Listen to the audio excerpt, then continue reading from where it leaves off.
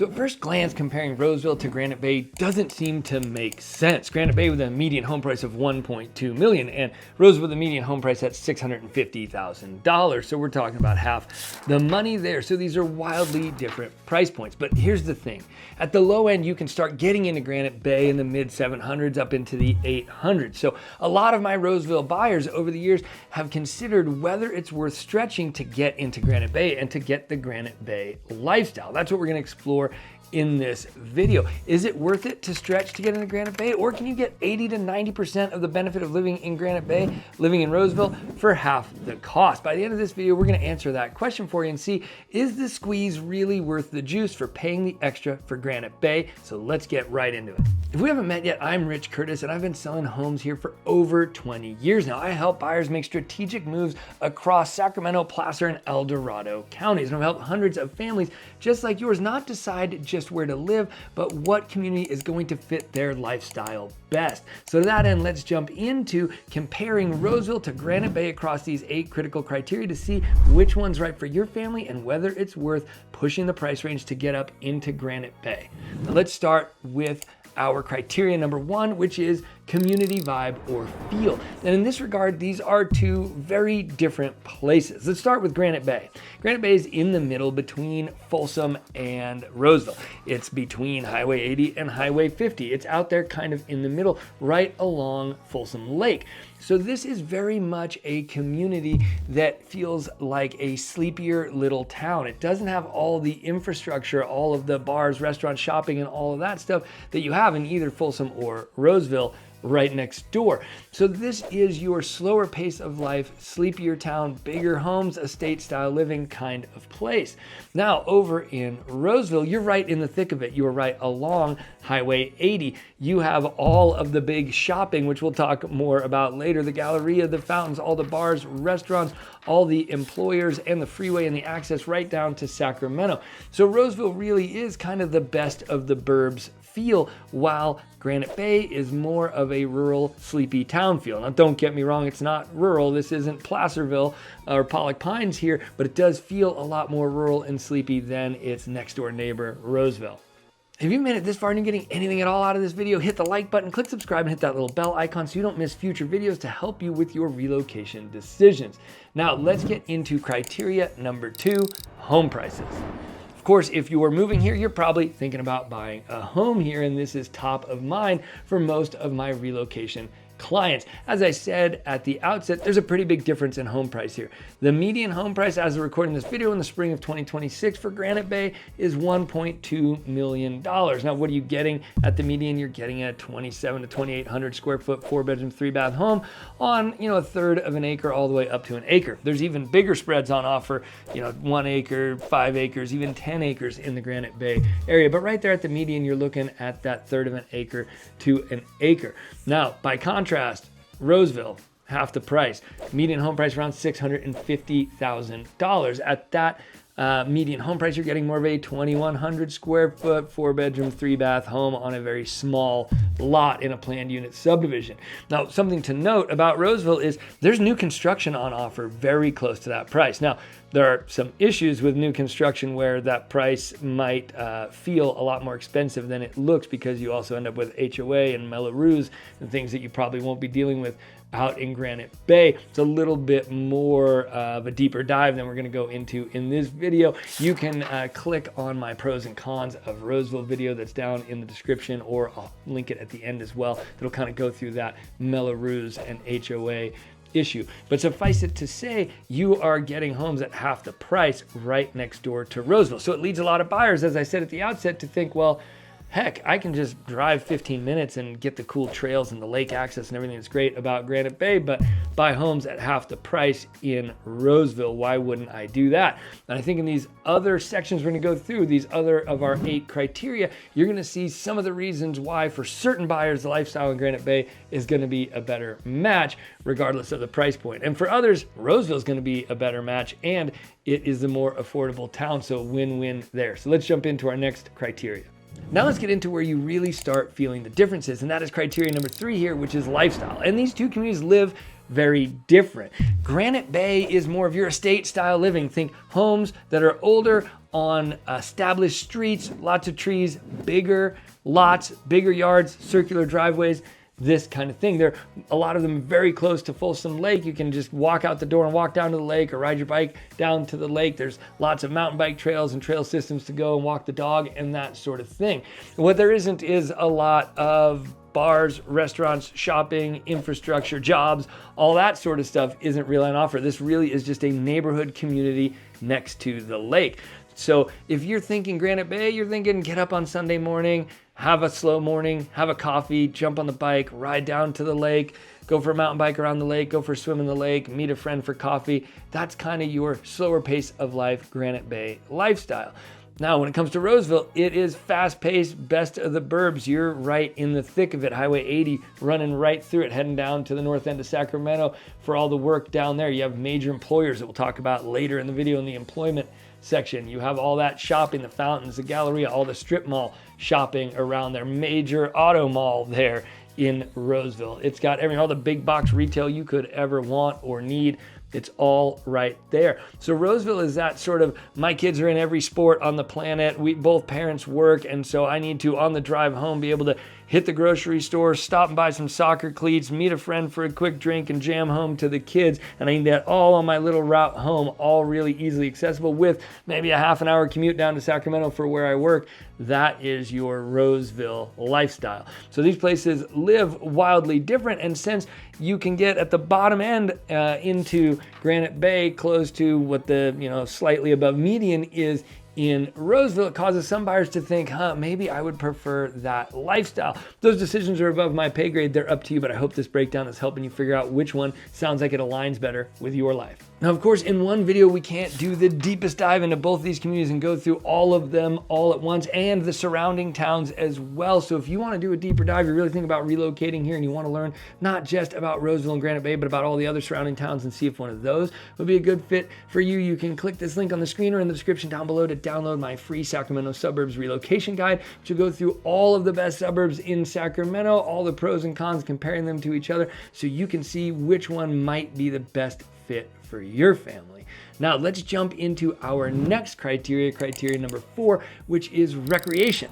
Now I've touched on this a little bit, but let's do a deeper dive here because the recreation style is different.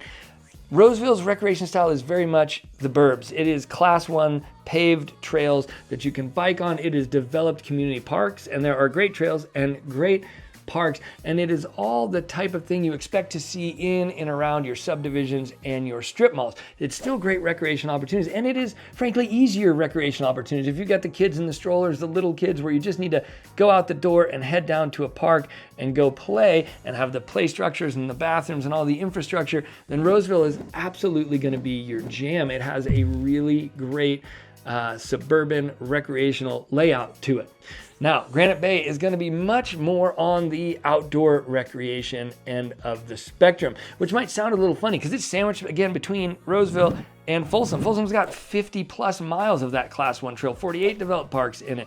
Roseville, a little bit less than Folsom, but still quite a bit there. And so you would think this is just kind of part of that corridor, but Granite Bay is right on the lake, and as such, it just has a little bit more of a wilderness connection than either of these two suburb towns do. So when you come out of the house in Granite Bay and you head down to the trail systems, you're going to be on dirt trails, mountain bike trails, hiking trails that take you down the lake. There's an extensive trail system all around Folsom Lake that you can access from right there. There's developed recreation like at Granite Beach there, where you can go and play and rent the floaties and do all that in the summer and play in the water with the kids. And there's certainly places to put your power boats in and go power boating on Folsom Lake. So if you are someone who owns a boat or wants to own a boat, this is a great location for that.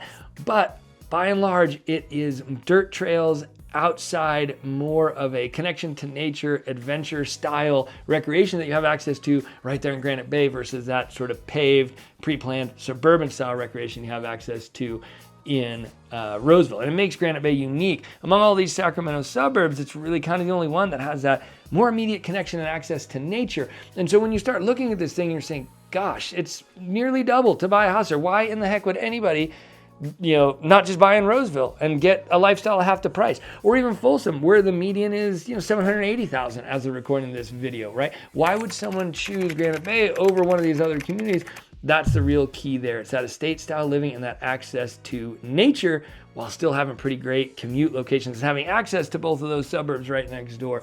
That is the lifestyle that people choose in Granite Bay, and that is the reason why some people justify that additional price. Now, we've talked about the cost of housing, which is the biggest line item on most people's monthly budget, but what about the rest of the cost of living there? That brings us to criteria number 5 to compare these two communities, and that is cost of living.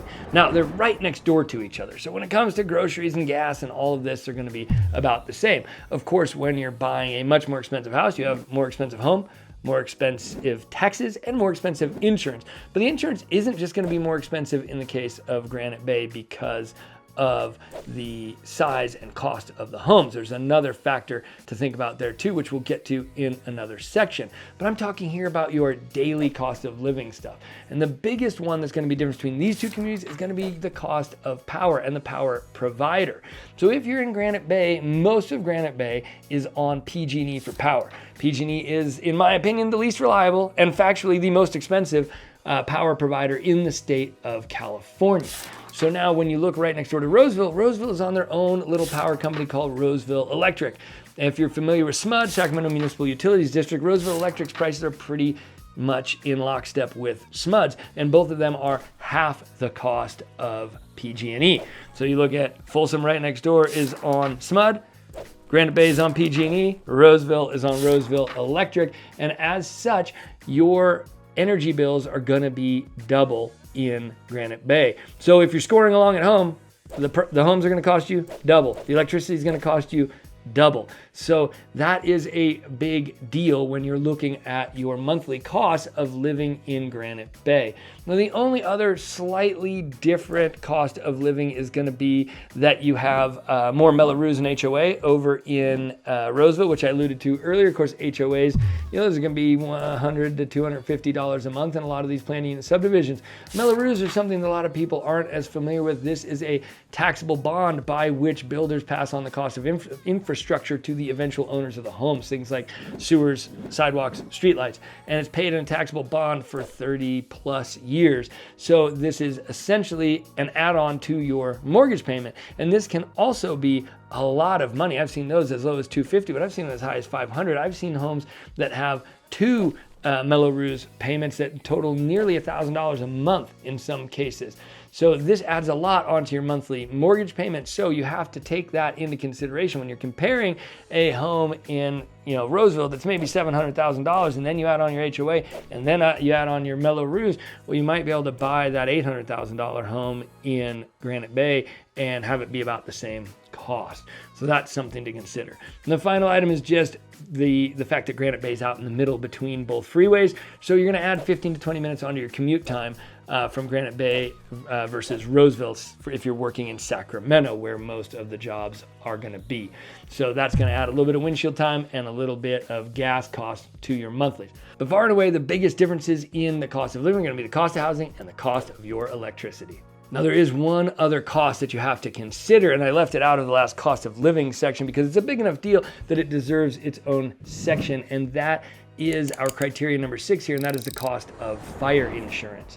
Now, look, if you live in California, fire insurance is a big deal all over the state, not just in Granite Bay. But when it comes to these two communities, there's a difference. Most of Roseville is going to be in a lower fire severity zone in these planned unit developments, and as such, insurance is going to be much, much cheaper over there. You can probably get $3,000 to $6,000 a year annual premiums over in Roseville, and pretty easily a lot of the places will be in that lower end of the range. Versus Granite Bay, I would tell my clients to plan on a minimum of $6,000, but not at all unheard of to be $8,000 to $10,000 a year annual premiums for your fire insurance in Granite Bay. And if it's a bigger home on acreage, custom home, expensive to replace, I've seen policies up around $20,000 to $25,000 for annual insurance premiums there in Granite Bay. You're also more likely to get stuck on the California Fair Plan in Granite Bay than you would be in Roseville.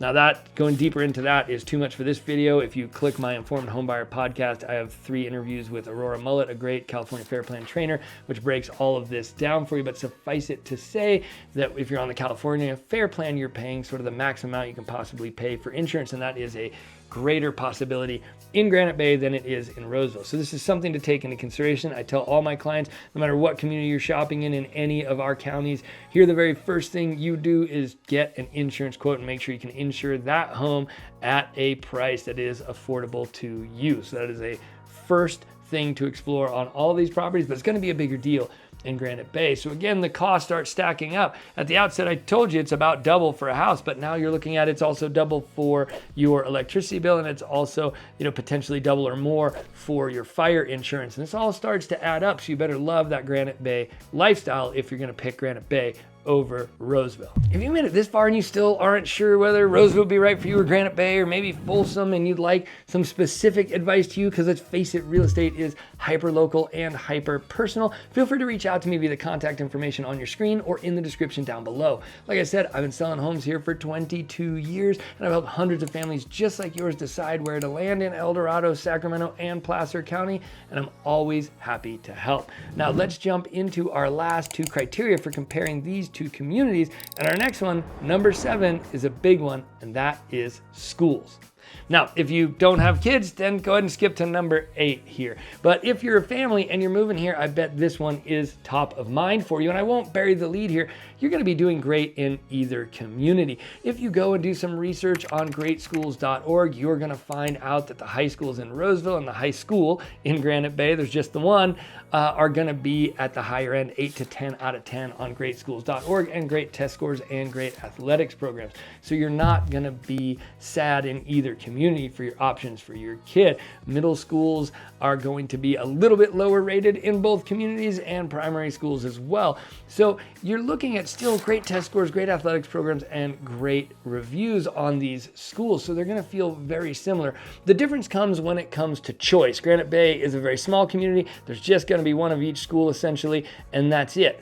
If you're in Roseville, you'll have a lot more options, including innovative options, school of choice options, unique educational philosophy options, your Waldorfs, your Montessori's, your all of this kind of stuff. That's all going to be on offer out in Roseville, and not so much in Granite Bay. Now, in reality, it's only a short drive, and if you want to access some of those schools of choice, they're not usually a districted in kind of experience, which means if you live in Granite Bay, you could access those for your kids as well, as long as you're willing to do the drive. So you're not completely aced out in Granite Bay. If you're the kind of family that's like, hey, one good local school is good enough for us, Granite Bay will be totally fine for you. If you're the type of family that has wildly different kids, where one kid has to go to a different type of school, because let's face it, these are all just unique little human beings. The school that works best for my son doesn't work best for my daughter. Or you're the type of family that has a specific educational model in mind that you really care about, want to keep your kids in, then Roseville is going to have a lot more on offer for those kids.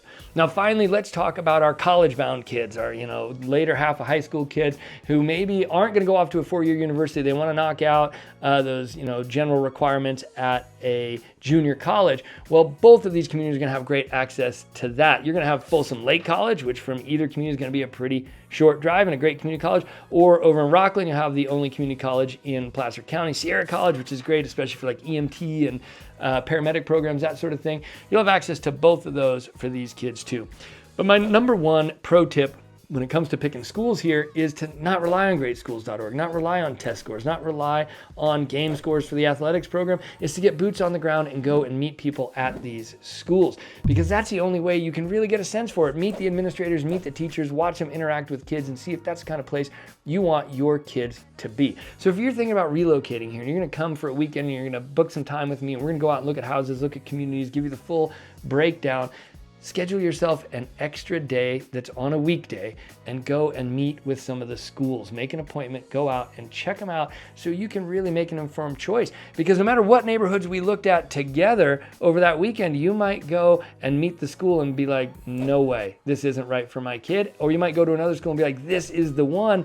And then we might have to shift our neighborhood focus to make sure we get your kids into that school. So if schools are really top of mind, really important to your family, you owe it to yourself to get out there and do some investigation on this first so that we don't buy you a house in the wrong area to put your kids in the wrong school. Okay, here we are at our final criteria, and it is last but certainly not least, employment. Criteria number 8 is employment. Now, if you're going to move here, most of us, we got to work to survive. And so what are your options in these two communities for employment? So right from the jump, let's get this one straight.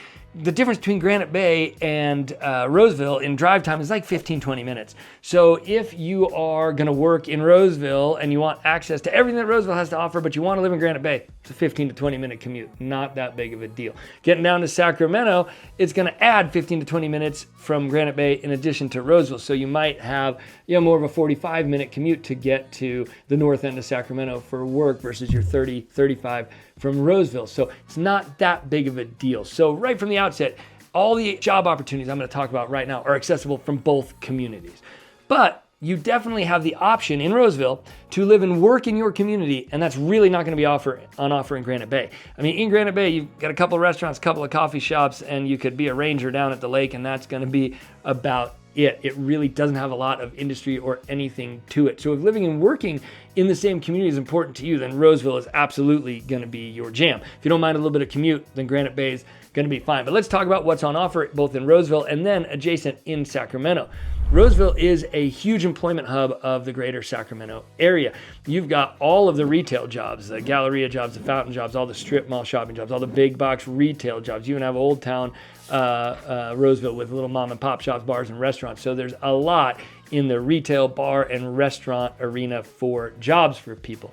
You have some, major, entertainment employers too. Things like, the Golfland Sunsplash is right there.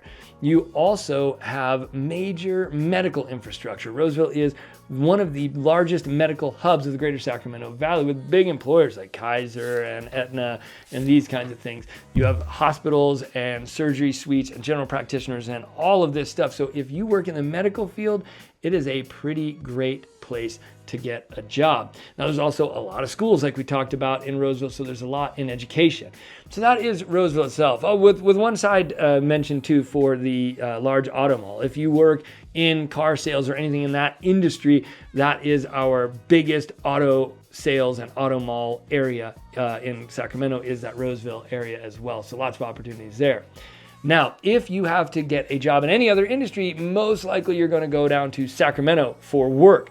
If you're not familiar with the area, the freeway split in Sacramento with Highway 50 going to the west side of Sacramento, closer to the downtown, midtown grid, the state capitol, all that. Highway 80 banks off to the north side of Sacramento to all the employment over there. So you do want to take some time and look at the industry that you're working in and do some mapping to decide, because if you're looking at Roseville and you've decided Granite Bay isn't for you, but you find out you need the west side of Sacramento, the downtown grid, then Folsom's another place to explore, and I've got some videos on that for you too.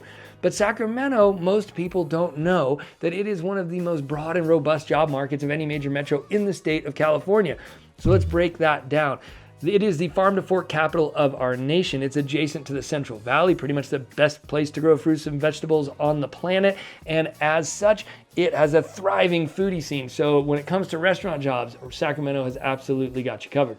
Large entertainment employers like the arena there for the Kings and the Monster Jam and the concerts and everything else that goes on there. And there's not just that downtown arena, there's also the Arco Arena just a little bit up the highway. There is the airport. Sacramento International Airport is an excellent little airport, and especially for people who commute for work, and there's all of the airport jobs available as well. It is, of course, the state capital and the county seat, and so you have all of the county and state jobs, the political jobs, the jobs that support the political jobs. It is also a major educational hub. Sacramento has made an incredible investment in education and alternative education, and so there are a ton of education jobs, not just at the school site level, but at the county and the state level as well. So it's a great place to get a job in education.